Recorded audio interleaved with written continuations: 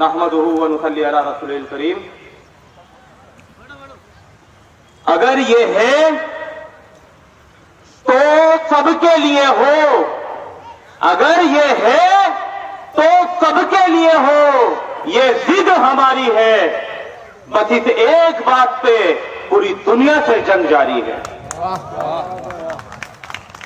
शाहीन बाग से हम लोग मालेगांव कल रात ही आए थे और जब मुझे इस बात का पता चला कि सुबह यहां पर एक एहतजाज होने वाला है तो बहुत खुशी हुई ये जानकर कि जो लोग ये समझते थे कि हमारी कौम मुर्दा है, अपना हक मांगना नहीं आता है, तो सीखो मालेगांव के लोगों से ये जिंदा कौम है, ये जिंदा नौजवान है जो अपना हक संविधान के दायरे में रहते हुए मांगते हैं। ज्यादा वक्त ना लेते हुए बस मुझे थोड़ी सी बात बतानी है। ये लड़ाई हिंदू मुसलमान की या हिंदू सिख की या किसी जाति की या किसी विशेष धर्म की लड़ाई नहीं है। बेशक ये लड़ाई है भारत में उन लोगों से जो अंग्रेजों के वक्त में उनके तलवे चाटने के काम करते थे, उन लोगों की और संविधान की लड़ाई है। आज भारत के कोने कोने से जो सीएए और एनआरसी का विरोध करने के लिए तमाम भारतवासी रोडों पर उतर के प्रोटेस्ट कर रहे हैं, वो संविधान के साथ खड़े हुए हैं। और जो लोग इसके समर्थन में रैलियां निकाल रहे हैं या प्रोटेस्ट कर रहे हैं, वो यकीनन अंग्रेजों के तलवे चाटने वाले लोग हैं। हम लोगों को इस प्रोटेस्ट से ये साबित करना है कि बाबा साहब भीमराव अंबेडकर के बनाए हुए संविधान के साथ हम लोग दिन रात एक कर देंगे, लेकिन उस पर कोई आंच नहीं आने देंगे।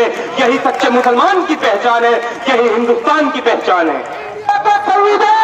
जिंदाबाद, जिंदाबाद। लेकिन जिस तरह से पिछले 6 साल से भारत में वो एक संगठन जन्म ले चुका है जो भारत की गंगा जमनी तहजीब को चोट पहुंचा रहा है और अपने नापाक मंसूबों में कामयाब नहीं हो रहा है, इसका सबसे बड़ा रीजन अगर ये है तो वो है बाबा साहब भीमराव अंबेडकर का संविधान, जिसको ये लोग बदलना चाहते हैं। इन लोगों ने आसाम के अंदर बिना सीएए के डायरेक्ट एनआरसी को लागू किया, लेकिन इन्हें अपने मुंह की खानी पड़ी। 16 लाख भारतवासी हमारे वतनी भाई, हमारे हिंदू भाई एनआरसी रजिस्टर से बाहर हो गए। लेकिन इन लोगों ने चाल चली कि पूरे भारत में एनआरसी को लागू करने के लिए सीएए सिटीजनशिप अमेंडमेंट एक्ट को लागू करना होगा, जिसके कारण ये लोग जब पूरे भारत में एनआरसी को लागू करेंगे तो जिनका धर्म, ये 6 धर्म के लोग जिनका हिंदू, सिख, ईसाई, बौद्ध, क्रिश्चियन और जैन धर्म के लोग होंगे, उन लोगों को 2019 अधिनियम सीएए के अंतर्गत नागरिकता दे दी जाएगी। लेकिन अगर नागरिकता नहीं मिलेगी तो वो मुसलमानों को नागरिकता नहीं मिलेगी। ये इन लोगों की गंदी सोच और गंदी राजनीति है। लेकिन ये नहीं जानते थे कि भारत का हिंदू, सिख, जैन, बौद्ध, पारसी मुसलमान के दर्द के लिए और मुसलमान को इसी देश में रुकाने के लिए हिंदुस्तान के कोने कोने से निकल के रोड पे आ जाएगा। दिखाना चाहते हैं कि शाहीन बाग में तमाम जो एहतजाज कर रही लेडीज है वो सिर्फ मुसलमान है, ऐसा नहीं है। शाहीन बाग के अंदर जो एहतजाज कर रही लेडीजों की स्टेज पर एंकरिंग कर रही है हमारी उस हिंदू बहन का नाम प्राची है। जिस लड़की का गला बैठ चुका है वो मुसलमान नहीं है, वो केरल की लड़की है जो वहां पर एंकरिंग कर रही है। और हिंदुस्तान को तबाही और बर्बादी की तरफ ले जाने वालों, शाहीन बाग की आवाम जिंदा आवाम है और मालेगांव की आवाम जिंदा आवाम है। और समझ लीजिए और याद रखिए, तुम्हारी ये दोहरी राजनीति, तुम्हारी ये गंदी राजनीति और तुम्हारी ये मनोवादी सोच कभी कामयाब नहीं होगी, क्योंकि वो जो भारत का एक सबसे बड़ा हिस्सा है, जिसके निकले हुए एक शेर जिसको बाबा साहब भीमराव अंबेडकर कहते हैं, उसकी जो आवाम है, उसकी जो कौम है, जिसको हम दलित भाई कहते हैं, वो हमारे दुख और हमारे सुख में हमारे साथ कांधे से कांधा मिलाकर खड़ी हुई है।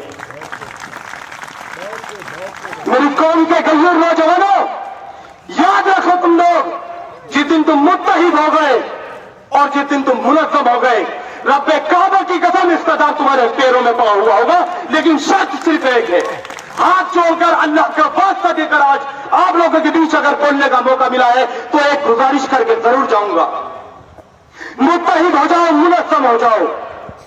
बाबा साहब भीमराव अंबेडकर के संविधान की हिफाजत के लिए आप लोग हो, आप नौजवान हो, आज नहीं होने देंगे इस पर। नहीं आने देंगे। मुत्तहिद होकर भारत की गंगा जमनी तहजीब को सलामत रखते हुए, हिंदू मुस्लिम एकता को मजबूत के साथ भारत में खड़े करते हुए अंग्रेजों के तलवे चाटने वाले उनके दलालों से मुकाबला करेंगे इंशाअल्लाह और जीतेंगे इंशाअल्लाह। जिंदाबाद, जिंदाबाद, जिंदाबाद, जिंदाबाद। सुन लीजिए, भारत को तबाही और बर्बादी की तरफ ले जाने वाले नापाक लोगों, कान खोलकर सुन लीजिए।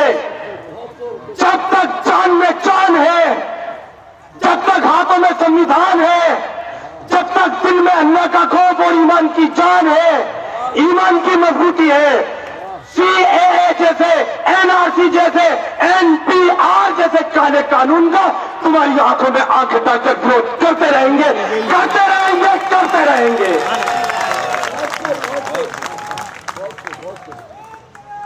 पूरे भारत में जहां जहां एनआरसी का और सीएए का विरोध हुआ, शांतिपूर्ण तरीके से विरोध हुआ, प्रोटेस्ट हुआ, लेकिन वो कहते हैं जिसका शासन उसका प्रशासन। हमने देखा, आप लोगों ने भी देखा होगा, ये भांड मीडिया दिखाए ना दिखाए, सोशल मीडिया पे और मोबाइल पे आप लोगों के साथ दिख रहा होगा। पुलिस जाती है और खुद बसों में, पब्लिक प्रॉपर्टी में, पब्लिकों की गाड़ियों में पेट्रोल डाल के आग लगाती है। मैं इल्जाम नहीं लगा रहा हूं, सबूत के तौर पर सोशल मीडिया पर बहुत वीडियो पड़ी है।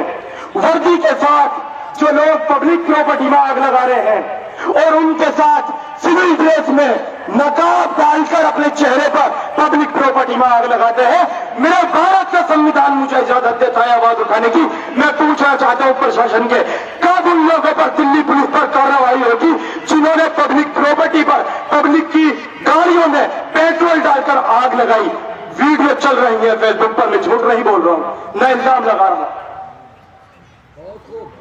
ना किसी ओहदे की तलब और ना कोई मुकाम चाहिए जो बदल सके जमाना, ऐसा निजाम चाहिए। वो निजाम नहीं चाहिए जो हमसे पिछले 3 साल पहले कहते हैं कि ये संविधान को बदल देंगे।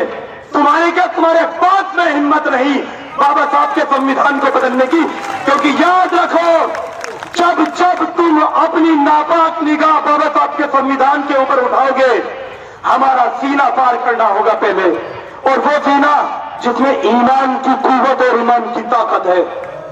याद रखिए आप लोग।